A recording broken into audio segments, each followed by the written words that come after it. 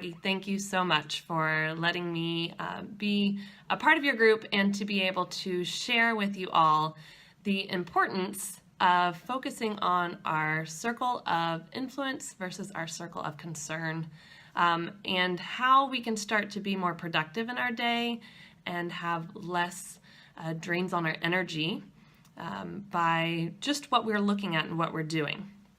So I want to introduce myself first. My name is Katie Ressler. I am an American living in Munich, Germany, and I am a licensed counselor, so I have a practice here in Germany in which I see couples and tend to be bicultural couples because I'm in a bicultural relationship, so somehow that has worked out. And I help them really in figuring out how to communicate better, how to be more connected, especially if kids are part of their family, how to reconnect. And through the process of my second child, I developed a program from stay-at-home mom to chief household officer, which was teaching women how to better lead and manage their home, and has now turned into the working mom version, because naturally, as a working mom now, I thought, well, now I need an updated version for where I am in my life. And so those are the two programs that I run online. I also do web courses for relationship building skills that I teach in my private practice, but for anyone in the world to be able to work on how to kid-proof your marriage, or things like the art of arguing, how your personality affects your relationships. So it's really something I'm passionate about. So let's talk about the circle of influence versus the circle of concern. Who's familiar with that? And if you're watching the replay, you can say, yes, hashtag replay, I've heard of this. But it's not a concept I'm coming up with, naturally. It's actually a concept from the 7 Habits of Highly Effective People, which is a wonderful book. I know this is backwards, but it's an amazing book that if we start to I think if we read books for being a successful entrepreneur and read them in such a way that we apply them to our lives personally, apply them to our relationships, then you're going to start to see that you can go beyond just learning these skills as an entrepreneur. So, the 7 Habits of Highly Effective People, Stephen Covey says, there is a circle of concern and there's a circle of influence. And so what I want you to be thinking about are all the things that consume your mind, your activities during the day. And if you happen to have paper and pen, go get some, but you can write it down. Write down what are the things that you find just occupy your mind, occupy your activities. What are the things you find yourself doing on a regular basis? As we start to make our list, we might find some themes, and there's going to be 2 categories. And Stephen Covey says these categories are the circle of concern items and the circle of influence items. So in my program with moms, I teach that so often we get overwhelmed with this circle of concern because there's a lot of things to be concerned about. I mean, social media and society will tell you that you have to be concerned about everything as a mom. But in reality, there are a certain amount of things we can influence that actually will change so much in our day. So as bosses, we also need to be applying this to our work and our personal life, because if you're not careful, your work will start to merge over into your personal life and you're going to start feeling very overwhelmed and kind of going like, why do I feel so drained and exhausted? Oh, well, it's because I've been working. I would challenge that and say it might be because you're focused on your circle of concern. Okay, so if you can mentally think of the list or create a list, but what I want you to do is go, what in this list do I actually have influence over? What are the things that I can change, I can create movement in? If I just do it, it will make things better. What are those things? And so either mentally categorize them or put a star next to them. Those are your circle of influence items. And so often, if we drew circles, it would be a really small circle. Because the reality is that social media and television, even reading the news, will get you so bogged up into the circle of concern, you lose track of what you have influence over. So look at your list or think of your list, and what are those things, circle of concern items, that you maybe thought you had influence over, but you actually don't? What are those items that you feel, I actually waste a lot of time thinking about, focusing on doing, and they don't get me anywhere? My husband is German, and he's also a business strategist, and I sat down with him a couple months ago and was kind of like, honey, I'm not making this progress in my business, and I wanted to talk with him about it. And he's like, well, I want to know what you've been doing. What do you typically do in a day for your business or a week? And I started writing things down, and he looked at them and he's like, so much of this is not doing anything to move you forward. It's just keeping you in one place. And I found those were circle of concern items that I thought I had influence over. I thought I could affect. And I found that I was being reactive by doing them. I like to say in my program that when we're reactive, we're like firemen. We're just constantly putting out fires every day. Fire to fire to fire to fire to fire. And it's addictive because we think we're doing something, but what we're actually doing is draining ourselves, exhausting ourselves. So when we can take a step back and say, you know what, I'm so feeling angry right now, I'm so drained by this, I'm focusing on my circle of concern, let me just stop, reevaluate, and what can I influence in this moment? What can I actually change?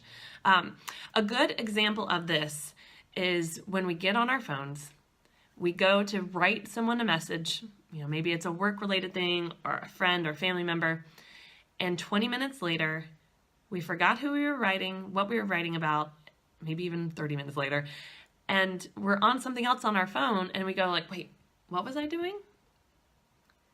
And you might have been reading something that upsets you. You might have been reading, somebody responded to this, and then you kind of go down that rabbit hole of researching, and it just drains you. That is the sign that you went into your circle of concern. I have found that there are times where women go, well, but I have influence because I can write that person and tell them how I feel. And I said, that's great. But the reality is, just like how I do with relationship counseling, you can only change yourself.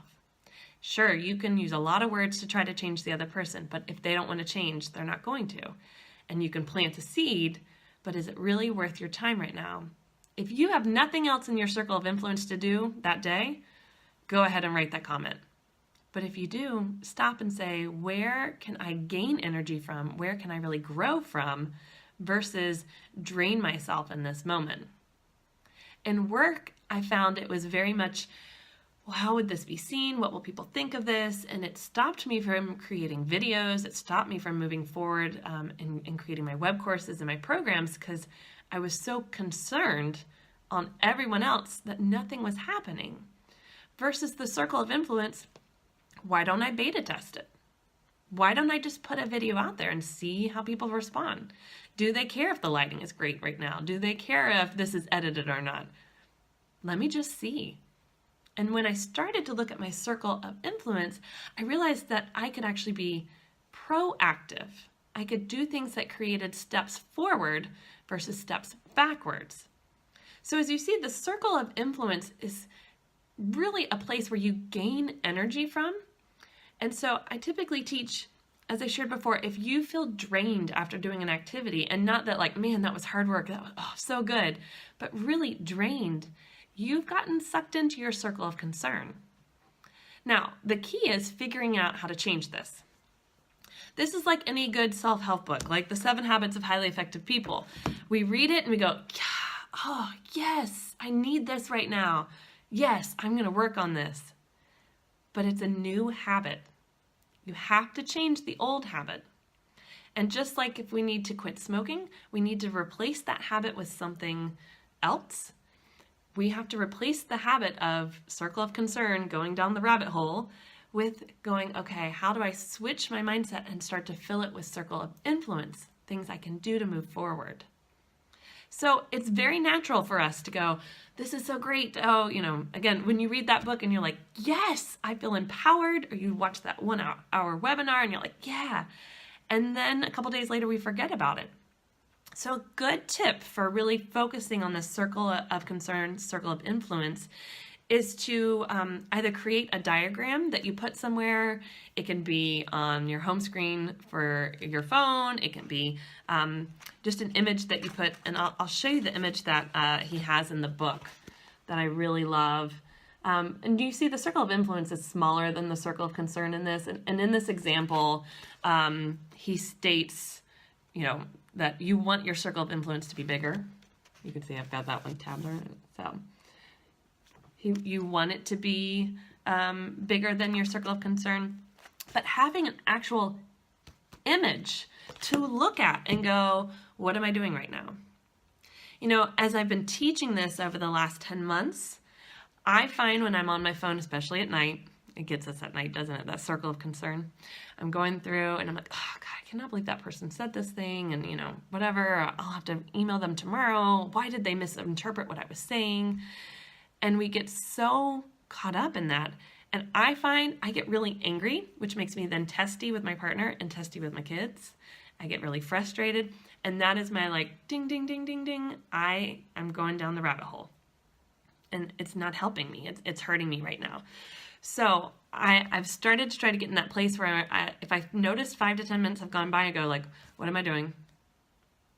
And just stop myself in that moment to really reevaluate, is this helping me in any way? Am I just escaping because I've had a long day and I just need to go down the rabbit hole? Okay. But I want to at least take ownership for where my brain is going, which means after the 20, 30 minutes, I want to be able to say, yep, I went down the circle of concern. Yep. I own it. I did it, versus where did the time go? I lost time. I don't know what I was doing. So what questions do you have for me about this concept of the circle of influence, the circle of concern, how it applies to your work, how it applies to your personal life? And as you guys share, I'm going to read some of the comments that you guys have already said. Oh, good, Maggie. You guys have been, I just think this is so important to be discussing for masterminds, for coaches, business coaches, life coaches. This is a topic that is so important, and we don't focus on, because usually we're focused on the circle of concern. So, yes, Hannah. And I love that you first read about it and you remember this. And I would say then, Hannah, did you start to change? Or is this sort of a good refresher? Because again, as we learn something, we go that's awesome. And then we don't implement it because we need visual cues. We need visual cues. You could even set an alarm on your phone that goes bing, circle of concern versus circle of influence. And then it can just remind you, what am I doing right now? What am I doing today? I have a little graphic, and I can post that below, but I have a graphic that I use for the program and for my workbook to show, as a reminder, where am I? Where am I right now? What am I doing?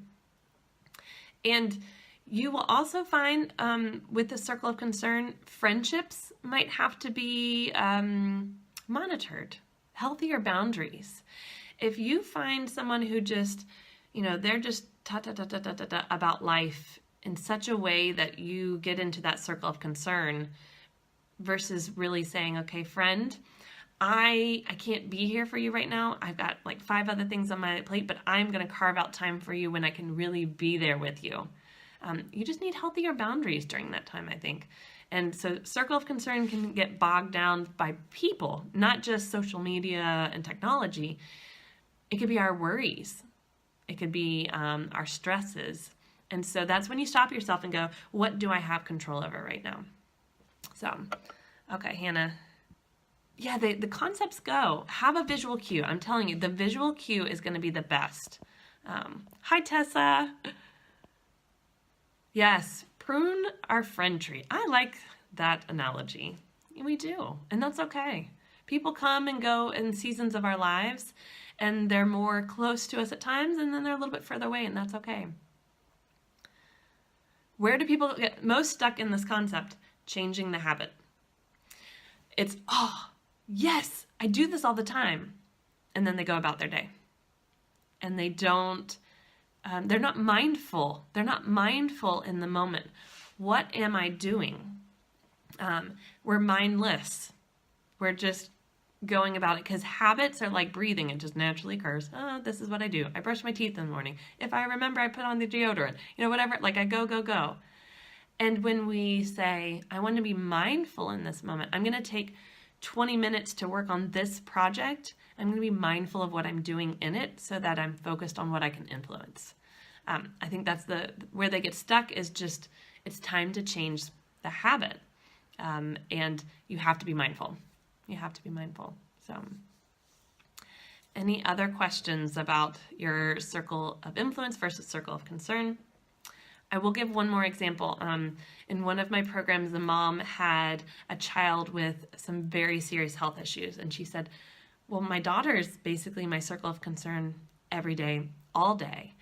And it was a group coaching call, so we all discussed it. And we said, 100%, but what do you have influence over so that that stress and that worry and that concern doesn't then keep you from being productive? Because what she did is she just focused on the circle of concern, and it caused more of a depression, and it caused more negative energy towards her kid. Instead of, I can make sure my daughter takes her medicine on time, I can be researching new doctors, second opinions, third opinions to go and get.